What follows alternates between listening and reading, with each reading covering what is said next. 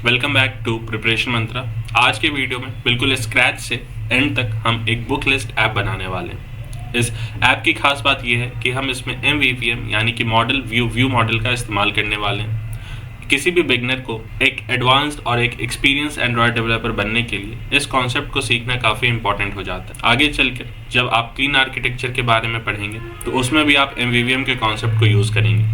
आपको फ्रीलांसिंग के लिए या फिर कहीं भी जॉब के लिए ये एक ऐसा कॉन्सेप्ट है जो आपको जॉब दिलवा सकता है, काफ़ी सारे प्रोजेक्ट्स दिलवा सकता है। तो इसे बिल्कुल एंड तक देखें, बिना भी कोई मिनट मिस किए देखें और अपने फ्रेंड्स के साथ ज़रूर इसे शेयर करें। इस वीडियो को लाइक करना ना भूलें और आपको ऐसे ही प्रोजेक्ट्स के अपडेट मिलते रहें उसके लिए इस चैनल को सब्सक्राइब भी ज़रूर कर लें। एंड इन केस आपको कोई भी क्वेरीज आती है, कोई भी फीडबैक आपको मेंशन करना है तो आप कमेंट बॉक्स में कर सकते हैं। और हमने एक मेंटरशिप क्लासेस भी स्टार्ट कर दिया है, तो अगर आप उसके बारे में और डिटेल में जानना चाहते हैं या फिर आप उसमें एनरोल होना चाहते हैं तो वीडियो में दिख रहे नंबर पर ज़रूर संपर्क करें और हमारी टीम से कॉन्टैक्ट करें। तो अब बिना किसी डिले के आज का वीडियो शुरू करते हैं। आज के इस प्रोजेक्ट में हम एक बुक ऐप बनाने जा रहे हैं। इस प्रोजेक्ट में हम MVVM पैटर्न का यूज़ करेंगे जो कि क्लीन आर्किटेक्चर का एक पार्ट होता है, और MVVM पैटर्न का यूज़ करने से हमारे ऐप काफ़ी मेंटेनेबल और स्केलेबल बन जाते हैं। ये इंडस्ट्री लेवल प्रोजेक्ट्स के लिए काफ़ी यूज़फुल है। तो इसका कॉन्सेप्ट आज कम्प्लीटली A to Z सीखने वाले हैं। इस प्रोजेक्ट में शुरुआत से एंड तक हम सिर्फ MVVM के बारे में ही बात करेंगे, और जहाँ भी मुझे ऐसा लगेगा कि आपको कॉन्सेप्ट में और भी क्लैरिटी की ज़रूरत है तो वो भी साथ ही साथ हम वो भी डिस्कस करते जाएंगे। तो आज का लेक्चर शुरू करते हैं। आज हमने एक फ्रेश प्रोजेक्ट बना लिया है, इसके मेन एक्टिविटी पर हम हैं, और आप देख सकते हैं कि स्टार्टर प्रोजेक्ट जैसा एंड्रॉयड स्टूडियो का होता है जिसमें एक स्कैफोल्ड और उसके अंदर एक ग्रीटिंग कंपोजेबल होता है, बिल्कुल वैसे ही हम शुरुआत करने जा रहे हैं। और इस प्रोजेक्ट के लिए हमें सिर्फ एक ड्रॉयबल का इस्तेमाल करना हो, तो वो मैंने पहले से ही रख लिया अपने पास। यहाँ पर हम एक बुक का आइकन यूज़ करने वाले हैं अपने ड्रॉयबल फोल्डर में। इसे यहाँ से कॉपी कर लेते हैं। जब तक कॉन्फ़िगरेशंस रन हो रही हैं तब तक हम अपने ऐप फोल्डर में आते हैं और इसके रिसोर्सेज फोल्डर में ड्रॉयबल पर जाएंगे और इसे यहाँ पर पेस्ट कर लेंगे। इसका नाम आप कुछ भी रख सकते हैं, हमने सिंप्लिसिटी के लिए इसे बुक आइकन नाम दिया है। इसके बाद ओके पर क्लिक करें और इस तरीके से ये आपके प्रोजेक्ट में इंक्लूड हो जाएगा। तो हमने बुक आइकन .png को अपने प्रोजेक्ट में इंक्लूड कर लिया है। मेन एक्टिविटी ऑलरेडी क्रिएटेड है, तो MVVM का फॉलो करने वाले हैं हम इस पूरे ही प्रोजेक्ट में। तो इसके लिए 3 डायरेक्टरीज बनाएंगे, यानी 3 पैकेजेस बनाएंगे, model, view and view model, और इन तीनों डायरेक्टरीज में 1 by 1 हम कोड करने वाले हैं। और सबसे पहला शुरुआत हम करने वाले हैं अपने डेटा लेयर से, यानी कि अपने model package. Step by step चलते हैं। सबसे पहले आप अपने Kotlin प्लस जावा पैकेज में आ जाएं। इसमें आपके ऐप का जो भी पैकेज नेम है उसे आप राइट क्लिक कर लें, फिर न्यू पर जाना है और एक पैकेज सेलेक्ट करना है। इस पैकेज का नाम देंगे मॉडल। इसके बाद एक दूसरा पैकेज भी बना लेते हैं। न्यू पर जाना है दोबारा से, पैकेज, और पैकेज का नाम होगा व्यू मॉडल। ऑल राइट, अब एक तीसरा पैकेज यानी कि प्रेजेंटेशन लेयर ये बना लेते हैं। यहाँ पर प्रेजेंटेशन में हम अपने व्यू को स्टोर करेंगे, तो इस पैकेज का नाम व्यू रख लेते हैं।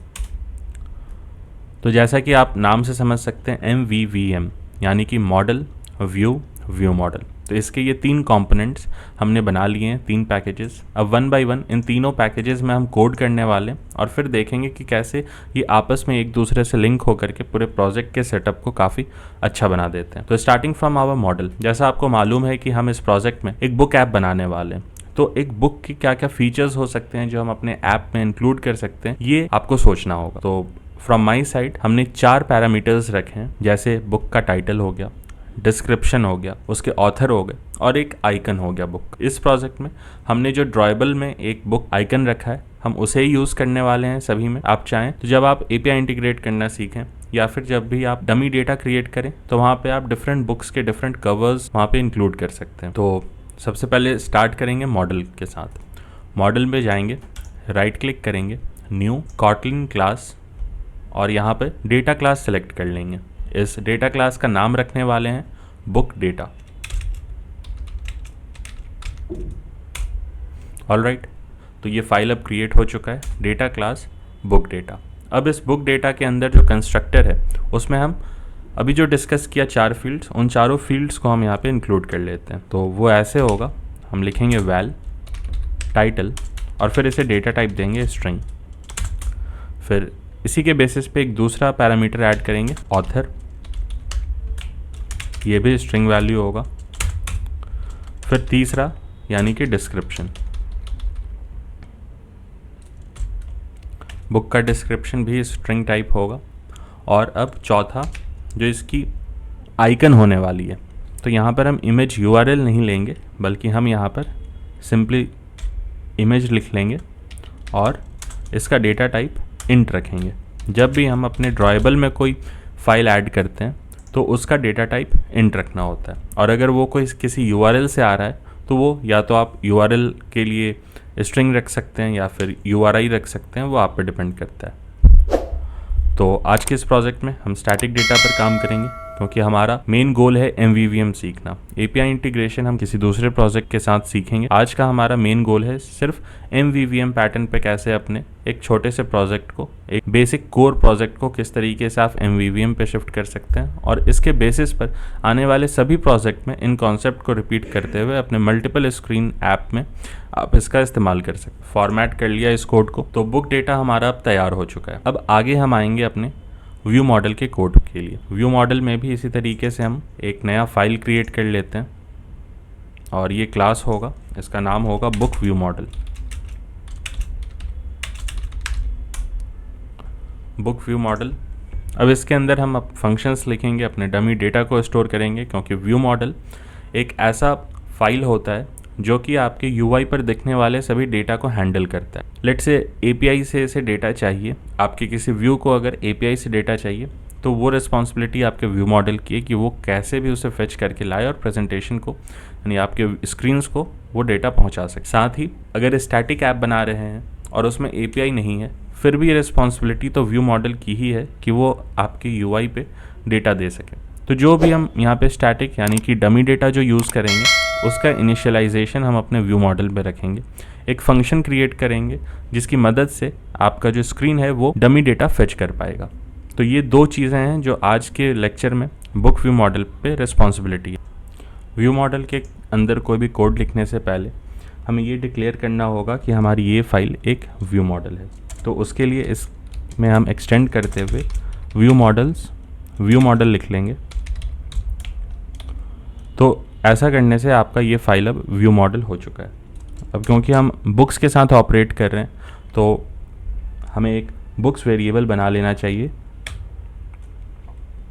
और इस बुक्स वेरिएबल में हम book data as a data type pass करने वाले हैं। अब हमारा जो भी डेटा है जो हमें अपने स्क्रीन पर दिखाना है वो सिंपली एक लिस्ट ऑफ बुक्स होगा, और बुक्स का मतलब यानी एक ऐसा चीज़, एक ऐसा क्लास जिसके अंदर ये 4 फील्ड हों, उसे हम बुक कह सकते हैं। ऐसे तो बहुत सारे पैरामीटर्स हैं जो कि आप एक बुक के अंदर सोच सकते हैं, जैसे उसका प्राइस, उसके नंबर ऑफ पेजेस, उसका कलर, उसका कवर, कंटेंट्स, बहुत सारी चीज़ें। लेकिन आज के इस लेक्चर में हमें जो अपने UI पर दिखाना है उसमें हमारे पास सिर्फ इन 4 चीज़ों की आवश्यकता है, टाइटल, ऑथर, डिस्क्रिप्शन और इमेज। ये 4 चीज़ अगर आपके पास है तो आप अपने इस लिस्ट में एक बुक क्रिएट कर सकते हैं। तो बुक व्यू मॉडल में हमने इसी बुक डेटा का इस्तेमाल करते हुए एक लिस्ट बनाया है। इसे हमने म्यूटेबल लाइव डेटा रखा है और इसके 2 वेरिएबल्स बनाए हैं। पहला है _books और दूसरा है सिंपली बुक्स। तो इसमें डिफरेंस ये होता है कि जो _books है, यानी कि आपके लाइन 10 पे जो बुक्स वेरिएबल है वो आपके बुक व्यू मॉडल का एक प्राइवेट वेरिएबल है जिसे आप किसी भी दूसरे फाइल में एक्सेस नहीं कर सकते। लेकिन आपको इसके डेटा का ज़रूरत होने वाला है आपके मेन एक्टिविटी में या फिर व्यूज़ में। जो भी आप कंपोजिबल यूज़ करने वाले हैं अपने स्क्रीन पर दिखाने के लिए, वहाँ पर आपके पास बुक्स का लिस्ट होना ज़रूरी है। तो वो आप कैसे दिखाएंगे, क्योंकि _books तो एक प्राइवेट वेरिएबल है आपके बुक व्यू मॉडल का और वो एक्सेस नहीं हो सकता, मगर इसका डेटा तो एक्सेस हो सकता है। तो हम सिंपली इसके डेटा को कॉपी करते हुए एक दूसरे वेरिएबल में इंक्लूड कर लेंगे, जो कि हमने लाइन 11 पर लिखा है वैल बुक्स। और ये बुक्स अभी तो फ़िलहाल किसी काम का नहीं है, अभी हम इसे कहीं भी एक्सेस नहीं कर रहे हैं, लेकिन जब हम अपने मेन स्क्रीन का कोड लिखेंगे, अपने व्यूज़ का कोड लिखेंगे, तो वहाँ पर हम इसी वेरिएबल का यूज़ करेंगे। हम अंडरस्कोर बुक्स का यूज़ नहीं कर सकते वहाँ पर। अब जैसे ही ये व्यू मॉडल इनिशियलाइज होगा, यानी कि जैसे ही ये व्यू मॉडल हमारे ऑपरेशन में आता है, तो हमें सबसे पहला काम ये करना है कि हमें बुक्स को लोड करना है। हमारे आज के इस ऐप का पर्पस ही यही है कि हम व्यू मॉडल से एक डेटा फेच कर सकें, लिस्ट ऑफ बुक्स फेच कर सकें और उसे अपने स्क्रीन पर डिस्प्ले करा सकें। तो उसके लिए आइए एक फंक्शन बना लेते हैं, प्राइवेट फन लोड बुक्स, और इसके अंदर हमें बुक्स में वैल्यू पास करनी होगी, books dot value equal to list of, और इसके अंदर कुछ बुक्स, कुछ ऑथर्स, डिस्क्रिप्शंस और आइकन्स ऐड करने वाले हैं। ऑलराइट, तो हमारा ये क्रिएट हो चुका है। आप देख सकते हैं 4 बुक्स के इंस्टेंस बनाए हैं, लेकिन हमारा जो डेटा क्लास है इसका नाम बुक डेटा है, ना कि बुक। तो हमें इसे यहाँ पर चेंज करके बुक डेटा लिखना होगा।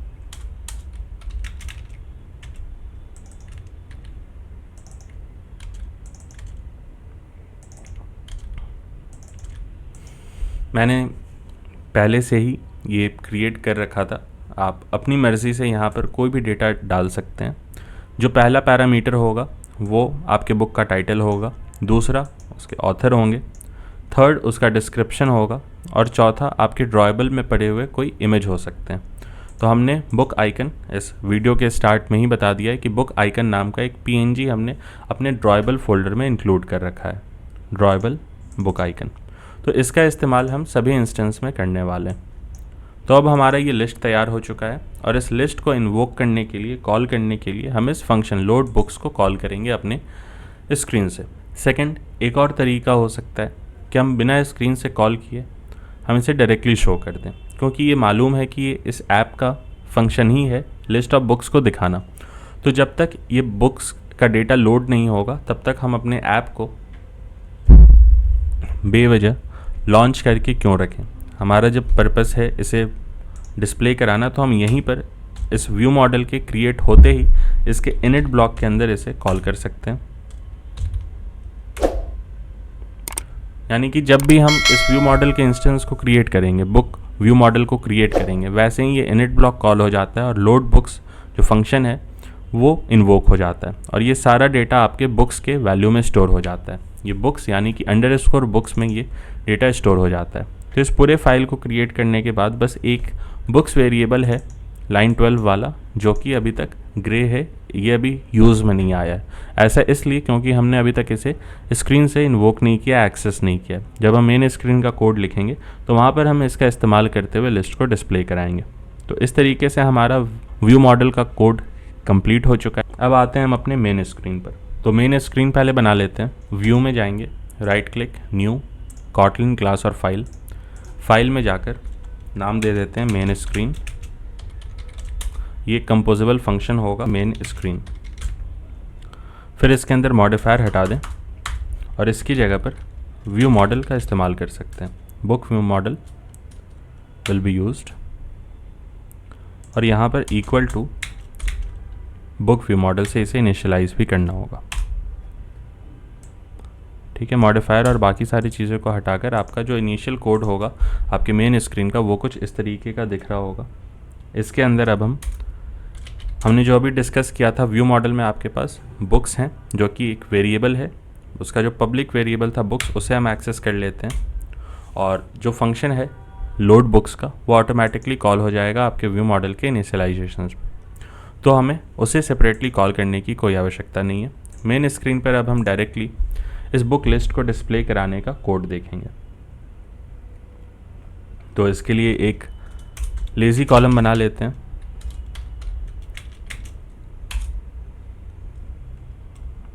लेज़ी कॉलम के अंदर कुछ पैडिंग पास कर देते हैं।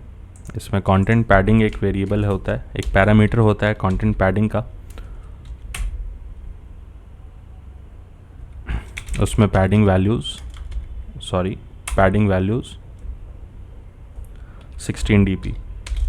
तो ये आपके पूरे लेज़ी कॉलम के अंदर 16 dp का एक कांस्टेंट पैडिंग प्रोवाइड कर देगा और जो भी कंटेंट होंगे वो उसके अंदर श्रिंक हो जाएंगे। अब लेज़ी कॉलम का यूज़ हम तब करते हैं जब हमें एक एफिशिएंट वे में लिस्ट को डिस्प्ले कराना हो। अब इसके अंदर हमें आइटम्स पास करने होंगे, जो भी हमारे बुक में जो भी डेटा है, जो भी लिस्ट के आइटम्स हैं वो 1 बाय 1 आएंगे और इसमें डिस्प्ले हो जाएंगे। तो शुरुआत में यहाँ पर हम आइटम्स लिखते हैं और आइटम्स में ये जो एरे वाला आइटम्स है इसे सेलेक्ट कर लें और इसमें बुक्स डॉट साइज़ पास करना है। जब भी हम एक स्टैटिक लिस्ट बना रहे होते हैं तो यहाँ पर हमें साइज़ पास करनी होती है। साथ ही हमें इसका इंडेक्स मिल रहा है, यानी कि 1 बाय 1 इसमें सारे बुक्स के इंस्टेंस आने वाले हैं, उसका इंडेक्स हमें प्रोवाइड होगा और उस इंडेक्स के बेसिस पे हम बुक आइटम बना सकते हैं। अब हमारे पास ऐसा कोई बुक आइटम नाम का एक कोई भी कंपोजेबल नहीं है। आप चाहें तो डायरेक्टली यहाँ पर टेक्स्ट के फॉर्म में और इमेजेस के फॉर्म में अपने बुक को डिस्प्ले करा सकते हैं, या फिर एक अलग से एक दूसरा कंपोजेबल बनाकर वहाँ पे इसे आप दिखा सकते हैं, ताकि वो एक ऐसा कंपोजेबल होगा जो कि प्लेस होल्डर काम करने वाला है आपके इस पूरे प्रोजेक्ट में। वो प्लेस होल्डर जिसे सिर्फ उन 4 चीज़ों की ज़रूरत है based on the index, like title, author, description and the image. उसके पास अगर ये 4 डेटा आ गया तो वो काफ़ी अच्छे तरीके से एक लिस्ट आइटम को डिस्प्ले करा सकता है। वैसे ही आइट्रेशन में 1 बाय 1 इस आइटम्स के थ्रू हमें डिफरेंट इंडेक्स के डिफरेंट बुक्स मिलेंगे, जिसे हम 1 बाय 1 पास करेंगे और फिर बुक आइटम पे वो रेंडर हो जाएंगे। अब क्योंकि हमें इसे वर्टिकल चाहिए था तो इसलिए हमने लेज़ी कॉलम का इस्तेमाल किया है, ताकि ये सारे लिस्ट हमें वर्टिकली डिस्प्ले हो जाएं। अगर हम यहाँ पर लेज़ी कॉलम की जगह लेज़ी रो का इस्तेमाल करते तो हमारा लिस्ट हॉरिजॉन्टल फॉर्मेट में बनता और आपको हॉरिजॉन्टली स्वाइप करना होता पूरे लिस्ट को देखने के लिए। काफ़ी अच्छा तरीका होता है यहाँ पर कि हम लेज़ी कॉलम का यूज़ करें ताकि हम वर्टिकल फैशन में इस लिस्ट को दिखा पाएँ। तो हमने यहाँ तक का अपना कोड कर लिया है, मेन स्क्रीन का कोड बस यहीं तक का था। अब आगे हमें सिर्फ एक बुक आइटम नाम के एक कंपोजेबल को क्रिएट करना है। आप चाहें तो इसी फाइल में इसे क्रिएट कर सकते हैं या फिर इसे आप एक सेपरेट फाइल में भी क्रिएट कर सकते हैं। तो हम यहाँ पर एक दूसरा फाइल बना लेंगे, बुक आइटम नाम इसे देंगे।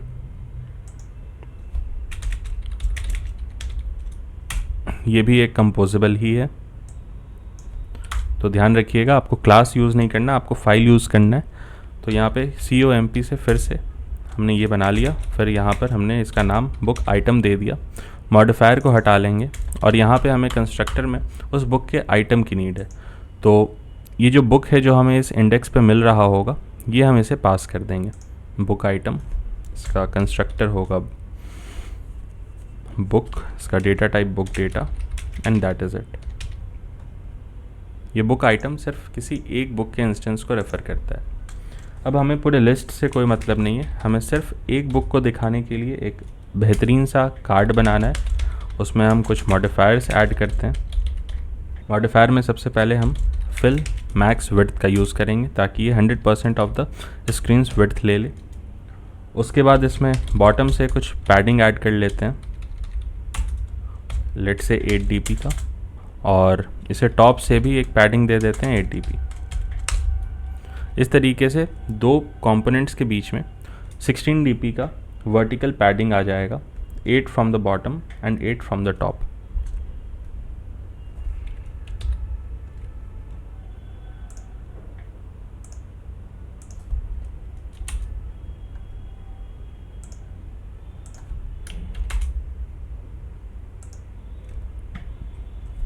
इसके बाद आप इसके शेप को मॉडिफाई कर सकते हैं, shape equal to rounded corner shape, और इसे आप कितने भी रेडियस का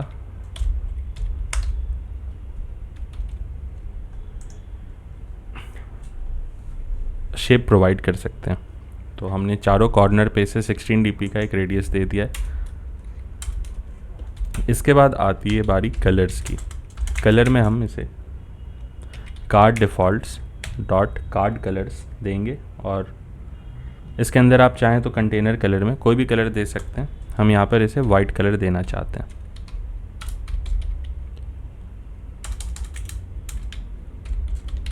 कंटेनर कलर डॉट वाइट।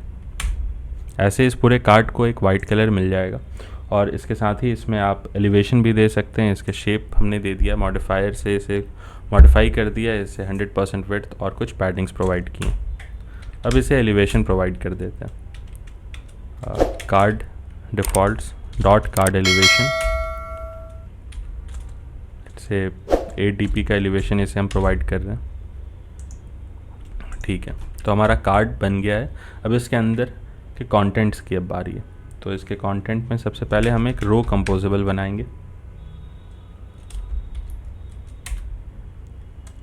रो में भी मॉडिफायर देंगे।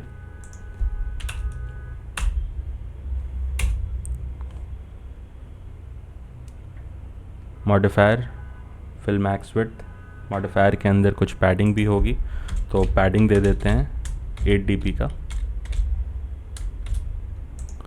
तो पैडिंग और मैक्स विड्थ दे चुके हैं। अब इसके बाद हॉरिजॉन्टल अरेंजमेंट नहीं, बल्कि यहाँ पर हम वर्टिकल अलाइनमेंट प्रोवाइड करेंगे।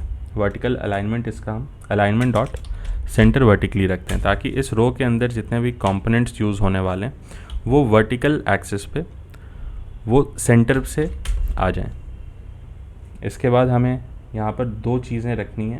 पहला तो एक इमेज होगा, यानी कि लेफ़्ट हैंड साइड पे एक इमेज डिस्प्ले होगा, और ये इमेज आएगा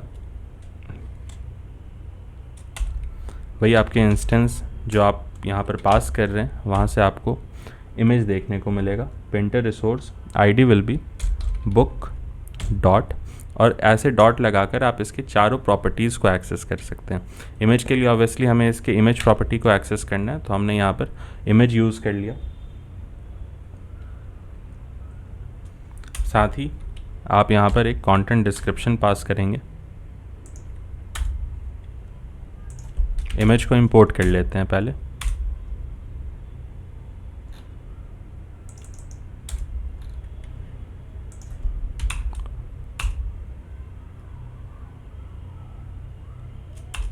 ठीक है, इसे कंटेंट डिस्क्रिप्शन पास करेंगे। कुछ भी नाम दे सकते हैं इसका, बुक इमेज लिख लेते हैं यहाँ पर।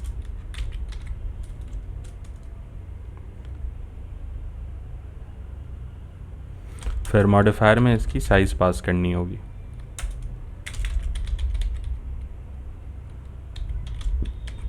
$60 dp would be enough।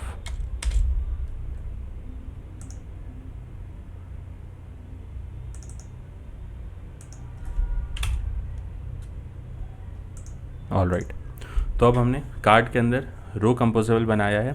रो से हम अपने पूरे एंटायर विड्थ को 2 पार्ट में डिवाइड करेंगे, यानी कि रो के अंदर हम 2 कंपोनेंट्स रखेंगे। पहला कंपोनेंट ऑब्वियसली एक इमेज है, दूसरे कंपोनेंट के रूप में हम एक कॉलम क्रिएट करेंगे, और उस कंपोनेंट के अंदर हम बाकी जितनी भी चीज़ें हैं, like the text for displaying the author, the description, the book title, everything, इन सभी को हम एक कॉलम के अंदर रख लेते हैं। अब इस इमेज को जितनी भी विड्थ चाहिए थी, जितनी भी साइज़ चाहिए थी, वो मिल चुकी है।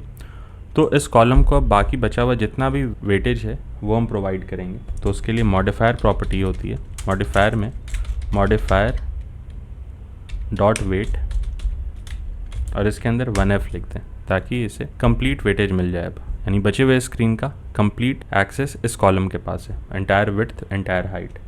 अब इसके अंदर सबसे पहला काम है कि हम एक टेक्स्ट क्रिएट कर लें,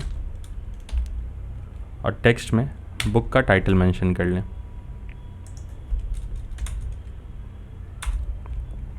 इसी तरीके से हमें 2 और कंपोजेबल बनाने थे, एक इसके डिस्क्रिप्शन के लिए और तीसरा इसके ऑथर के लिए।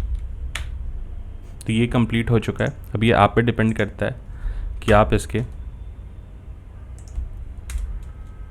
टेक्स्ट को किस तरीके से स्टाइल करना चाहते हैं। जैसे टाइटल के लिए आप टाइटल लार्ज देना चाहते हैं, डिस्क्रिप्शन के लिए बॉडी दे देते हैं, बॉडी मीडियम दे देते हैं, और ऑथर के नाम के लिए बॉडी स्मॉल दे देते हैं। साथ ही इन टेक्स्ट के बीच में कुछ स्पेसिंग होनी चाहिए, तो स्पेसर टैग का यूज़ करेंगे और 4 dp का वर्टिकल हाइट इसे प्रोवाइड करेंगे। तो हमारा कार्ड अब बन के तैयार हो चुका है।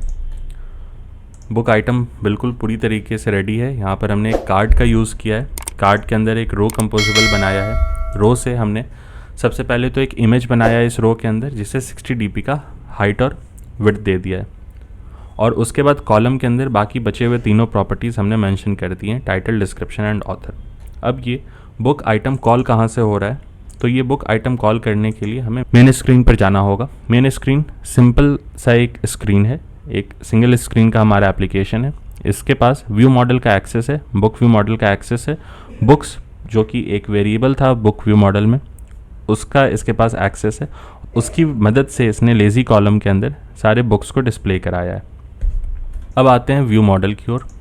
बुक व्यू मॉडल में सिंपली दो चीज़ है। सबसे पहला वो वेरिएबल, बुक्स का वेरिएबल, और दूसरा है एक लोड बुक्स नाम का फंक्शन। ये फंक्शन जब भी कॉल होगा तो ये आपके बुक्स वेरिएबल को डेटा से भर देगा, और इनिट ब्लॉक का यूज़ किए हैं हम ताकि आपको अलग से इसे कॉल ना करना हो। जब भी ये व्यू मॉडल इनिशियलाइज होता है वैसे ही ये लोड बुक्स ऑटोमेटिकली कॉल हो जाए और आपका डेटा फिल हो जाए। अब इसके बाद तीसरा है एक मॉडल क्लास। मॉडल क्लास का यूज़ हमने इस चारों प्रॉपर्टीज़ को एक साथ इनकैप्सुलेट करने के लिए किया है, यानी कि डेटा टाइप और वेरिएबल, इन दोनों के कॉम्बिनेशन को डेटा क्लास कहते हैं, और वो हम मॉडल फोल्डर्स के अंदर रखते हैं।